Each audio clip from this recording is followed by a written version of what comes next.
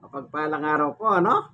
Siya po si Kuya Ngador. Dati pong nanungkulan ng barangay niya mula sa pagiging kagawad, naging chairman siya.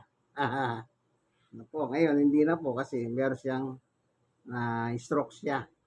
Pero mild lang naman. Hindi kagaya ng mga ibang stroke na alam niyo na malala yung tama, nakahiga o whatever kung ano may kondisyon niya. Pero siya hindi. Nakakapagpunta pa ng Bulacan yan. Para yung negosyo niya, yung baboy, makakuha ng mga panindang baboy, yung buhay.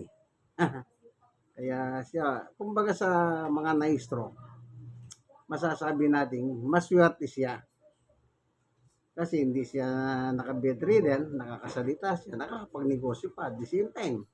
Kanya lang, ang na-stroke, talagang stroke na po yun. Iba ang kondisyon ng na-stroke siya hindi. Kahit sabihin mo pang mild stroke lang yan, stroke pa rin yan.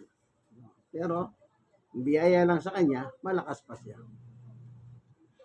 Po, tayo ay bumibisita sa kanya once a week upang magdala ng salita ng Panginoon Diyos mula sa poema ng Biblia o salita ng Diyos sa Biblia ng mga pastor. Dito po tayo kukuha ng mga chapter and verse na ating babasahin upang makita natin ang ating kalagayan sa harapan ng Diyos. Tayo po mga tao nilikha ng Diyos. Nilikha niya tayong kalarawan, kawangis. Pero hindi tayo Diyos. Kalarawan, kawangis. Anong ibig sabihin? Ang Diyos ay walang kamatayan at ang tao walang kamatayan. Ganyan po yung kawangis o kalarawan. Ang sabi po rito sa Genesis 1:26-27. Pagkatapos sinabi ng Diyos, lalangin, ngayon likahin natin ang tao ayon sa ating larawan, ayon sa ating wangis. Yan. Sabi ng Diyos, lalangin natin ang tao. Sa niya winawangis ang tao? Sa Kanya. Kanino niya inawangis ang tao? Sa Kanya. Hindi tayo kalarawan ng mga hayop. Pero pagdating ng panahon, pagka nagkaroon ka ng away, o anumang kaguluhan, anong sabi ng tao? Yan, mukhang hayop yan eh. Hayop ang ugali. Nagiging kalarawan mo na yung hayop. Kasi dahil doon sa inuugali, no, ginagawa mo, kaibigan. 27. Nilalang nga ng Diyos ang tao ayon sa kanyang larawan. Oh. Sila'y kanyang nilalang na lalaki at babae. Si Adan at Eva. Yung lalaki at babae. Ngayon, ang sabi rito ay sa 2:15 naman ng Genesis. Inilagay ng Panginoon Yahweh ang tao sa alamanan ng Eden upang ito'y pagyamanin at pangalagahan niya.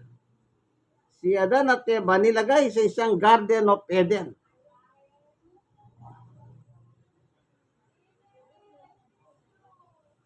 Ito ang kanyang bilin. Sinabi niya sa tao, Adan at Eva, makakain mo ang alinmang bungang punong kahoy sa alamanan. 17. Maliban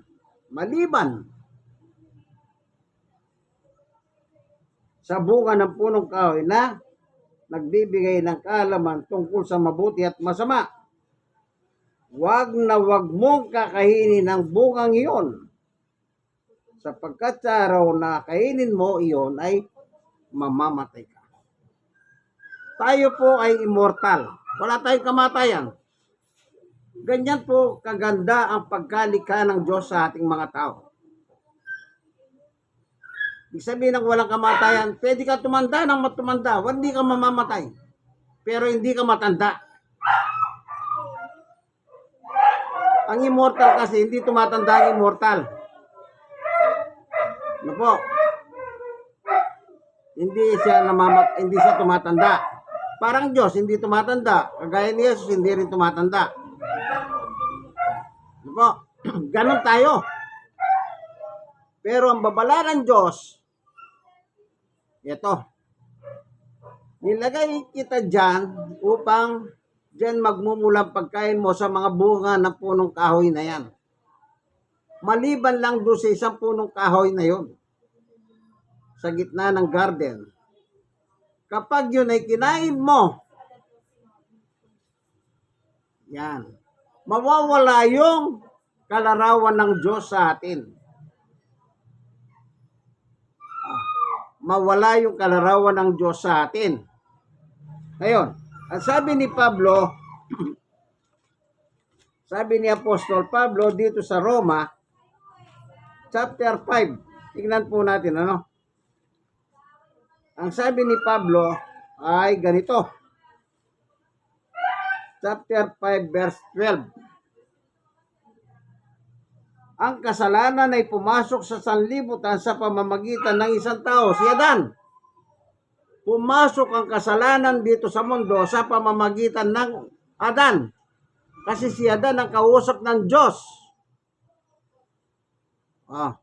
Na pwede mong kainin ang lahat ng nandyan maliban doon sa isang punong kahoy. Tuloy natin. Ang kasalanan ay pumasok sa sanlibutan sa pamamagitan ng isang tao at ang kamatayan ay pumasok sa pamamagitan ng kasalanan. Walang kamatayan ang tao. Sabi ko nga po sa inyo, kagaya siya ng Diyos. Walang kamatayan. Pero nung pumasok ang kasalanan, kasunod yung kamatayan. Hindi pwede magkaiwalay yun. Bawa, nagkasala ka, tsaka nalang papasok yung kasalanan. Hindi. Kamatayan. Na pumasok ang kasalanan, pumasok na rin po ang kamatayan sa pamamagitan ni Adan. Dahil dito, lumaganap ang kamatayan sa lahat ng tao sapagkat ang lahat ay nagkasala. Ito po yung mabigat. Nagkasala tayo. Kagaya ni Adan, nung magkasala po sila, anong nangyari? Tingnan natin ang kwento nila.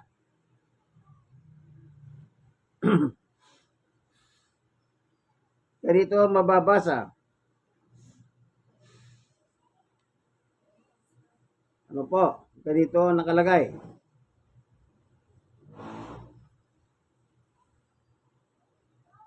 Tingnan natin ano.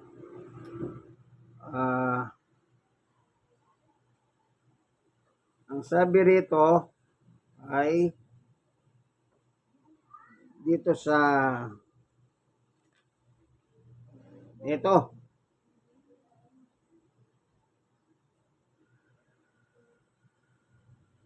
Sa 3:17, sinabi naman ng Diyos kay Adan, dahil nakinig ka sa iyong asawa. Yan. Ang kausap si Adan ng Diyos. Pero ang nangyari, nakinig si Adan kay Eva. Kanino naman nakinig si Eva? Kay Satanas. Na yung bunga, ang sabi ni Satanas, totoo ba? Na hindi nyo pwedeng kanin. Sabi ni Eva, oo, bawal eh. Sabi ni Satanas, hindi. No. Kaya nakita niya po, masarap kainin yung bunga. At kinain niya at binigyan niya pa si Adan. Kaya sabi ng Diyos, nakinig ka. Nakinig ka kay Eva. Dahil nakinig ka sa iyong asawa, nang iyong kainin ng pinagbabawal kong bunga. So, anong nangyari? Anong nangyari? Sabi po rito,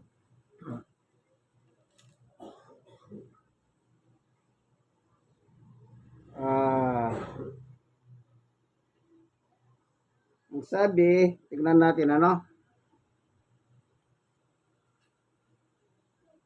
Yes, sa 8. Genesis 3:8. Nang dapit tapon, narinig nila naglalakad sa halamanan ng Panginoong Yahweh, kaya't nagtago sila sa mga puno. Dati nakakausap nila ang Diyos sa lupa. Nasaan yung Garden of Eden? Nasa lupa. So, nagpunta ang Diyos. Wala sila. Inanap ng Diyos si Eva at Adan. Anong sabi? Ang sabi niya ito, sa 9, ngunit tinawag niya ang lalaki. Kita nyo, lalaki kausap niya At tinanong, saan ka naroon? Yes, natakot po ako. Nang marinig ko kayo, nasa alamanan, nagtago po ako. Kita nyo? Sapagkat ako yubad, sagot na lalaki. Natakot ako. Ganyan po nangyayari sa tao. Pag nakagawa ng kasalanan, natatakot siya. Natatakot siya. Naalala nyo ba yung itong isang senador ng ating bansa, si Bato? Dating PNP chief, ginawang PNP chief ni Duterte. Tapos nangyari, naging senador pa siya ngayon. Nasaan siya? Nagtatago. Dahil meron siyang kasalanan. Anong kasalanan niya? Pumatay sila ng maraming tao sa panahon nila. Ayon sa datos sa PNP is 30,000. Kita nyo? Kaya nung sinabi ni Boying Remulla ng ombudsman, merong warrant of arrest si Bato, sabi niya, si Bato nagsimula na magtago. Kaya hanggang magbukas po yung session, sa session ngayon, 2 buwan na siyang hindi pumapasok pero sumusweldo pa. Bakit siya nagtatago? Kasi nga po may kasalanan siya. Pumatay siya ng maraming tao na sumunod siya kay Duterte. Si Duterte yung presidente, siya naman ang PNP chief. Kaya kung ano sabi ni PNP chief, ni Duterte, sumusunod dyan. Sa madaling salita, tuta. Tuta siya ni Duterte. Ngayon, meron siyang warrant of arrest. Sinabi lang na merong warrant of arrest, nagsimulang nagtago na siya. Ganyan po ang tao. Kaya si Adan at Eva, nang dumating ang Diyos, wala sila nung sabi niya, Oy, Adan, nasaan ka? Dito po ako, nagtatagaw ako sa mga halaman, mga puno. Kasi po, may kasalanan siya. Dito na po ngayon nangyari yung sumbungan. Tingnan nga natin yung sumbungan. 11. Nagtanong muli ang Diyos, sinong may sabi sa iyo ang hubad ka? Bakit kumain ka ba ng bungang pinagbabawal ko? 12. Kasi pinakain po ako ng babaeng ibinigay ninyo sa akin. Si Eva yun. Tugon ng lalaki. 13. Bakit mo ginawa ang bagay na ito? Tanong ng Panginoon kay babae. Mangyari po, nalilang ako ng ahas. Kaya ako natuksong kumain. Sagot naman nito. Ayan. Nasinita si Adan, sinumbong si Eva, nang sitayin si Eva, sinumbong naman si Satanas. Wala nang isusumbong si Satanas. Kasi nga po, siya promotor ng kasalanan. Kita nyo? Nagtagipan pa, nagsumbungan pa ang unang tao. Ganyan din ang nangyayari ngayon. Pag nagkasala ka, nagsusumbungan. Di ba? Nagsusumbungan. Pag iniimbestigahan. Kaya ganyan po tayo. Nahulog tayo sa kasalanan na may kagagawan si Satanas. Kaya si Satanas, ibig sabihin na Satanas, masama. Kaya sa pamamagitan ng ni Adan, ang sabi ni Pablo, pumasok ang kamatayan. Kaya yung pagiging immortal natin, nawala, nasira, sinira ng kasalanan. Yung paglabag sa utos ng Diyos. Yun po ang totoo. Hindi dahil kumain si Adan at Eva ng mga bunga. Yung iba sabi nila mansanas. Okay, mansanas na kung mansanas. Hindi po dahil kumain sila. Dahil po nilabag nila ang utos ng Diyos. Dahil nilabag nila ang utos ng Diyos. Sabi nga ni Pablo, nilikha tayo ng Diyos eh. Kung nakalagay naman doon sa binasa natin, nilikha tayo ng Diyos eh. Lalaki, babae. Kaya tingnan natin dito sa Efeso. Ang sabi ay ganito. 2:10. Ganito po ang ating mababasa. Kung ano tayo ngayon ay gawa ng Diyos. Gawa ng Diyos talaga ang tao. Sa pag-isa natin kay Kristo Jesus, ay nilikha niya tayo para sa mabubuting gawa na inihanda niya noong una pa man upang gawin natin. Nilaan tayo sa mabubuting gawa ng Diyos, pero anong nangyari? Imbis na sundin po natin ang Diyos, ang sinunod natin yung gusto natin. Halimbawa, yung tinuro ni Jesus doon sa Mateo chapter 6. Basahin natin. Mateo chapter 6. Ganito ang mababasa. Ganito kayo manalangin, sabi ng Panginoong Yesus. Ama namin nasa langit, sambahin nawa ang iyong pangalan. Yes. Dumating nawa ang iyong kaharian, masunod nawa ang iyong kalooban dito sa lupa tulad ng sa langit. Masunod ang kalooban ng Diyos dito sa lupa. Pero imbis na sundin po natin ang kalooban ng Diyos, ang sarili nating kalooban ang sinusunod natin. Magkaiba po yung kalooban natin sa kalooban ng Diyos. Yung kalooban po natin, wala yan, kasalanan yan eh. Kaya sabi ni Pablo, lahat nagkasala at hindi umantas sa gusto ng Diyos. Kaibigan, bilang mga taong nabubuhay dito sa ibabaw ng lupa, ang isang bilin ng kasulatan ng mga ngaral, tingnan natin ang sinasabi ng mga ngaral dito sa chapter 12.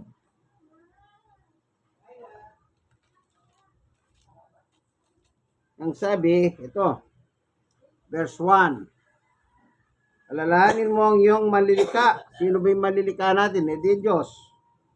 Sa panahon ng iyong kabataan, ibig sabihin, habang malakas ka, bago dumating ang mga araw at taon at puno ng kaguluhan, panahong hindi mo na madama ang tamis ng mabuhay. Kita nyo? Habang may pagkakataon, kaibigan, habang malakas po tayo, kagaya ng bata, alalahanin natin yung lumikha sa atin. Ano yung alalahanin natin sa Kanya? Yung turo't aral ng Diyos. Na tayo po ay nilikha niya, pero ang sabi niya, nilahan tayo sa mabubuting gawa. Pero imbis na gumawa po tayo ng mabuti, anong ginawa natin? Pawang masama ang ginawa natin. Kaibigan, hindi pa po uli ang lahat. Lahat po naman tayo nagkasala. Kaya bago man lang po tayo mamatay, ika nga, tanggapin na po natin ang Panginoong Yesus bilang Panginoon at tagapagligtas ng ating buhay. Sapagkat sa buhay natin ito, wala pong tagapagligtas kung hindi ang Panginoong Yesus lamang. Yun po yung nakasulat sa 4:12 ng gawa. In Christ alone. Wala pong iba. Tanging kay Jesus po matatagpuan ang kaligtasan nating mga tao. Salamat sa iyo, Panginoon Diyos, sa iyong pagtuturo sa amin. Nanilikha mo kami, mula kami sa lupa, alabok ng lupa. Pag namatay kami, babalik din kami doon. Subalit ang buhay na sa amin, babalik sa iyo upang siya tumanggap ng hatol. Maraming salamat po sa iyo, Panginoon Diyos, sa ngalan ni Jesus. Amen. Minsan pa, ito po ang inyong kaibigan, yes, Brother Manny Bautista. Siya naman po si Kuya Ador sa barangay 94, Sony District 1, Tondo, Manila. God bless us all po. Bye-bye.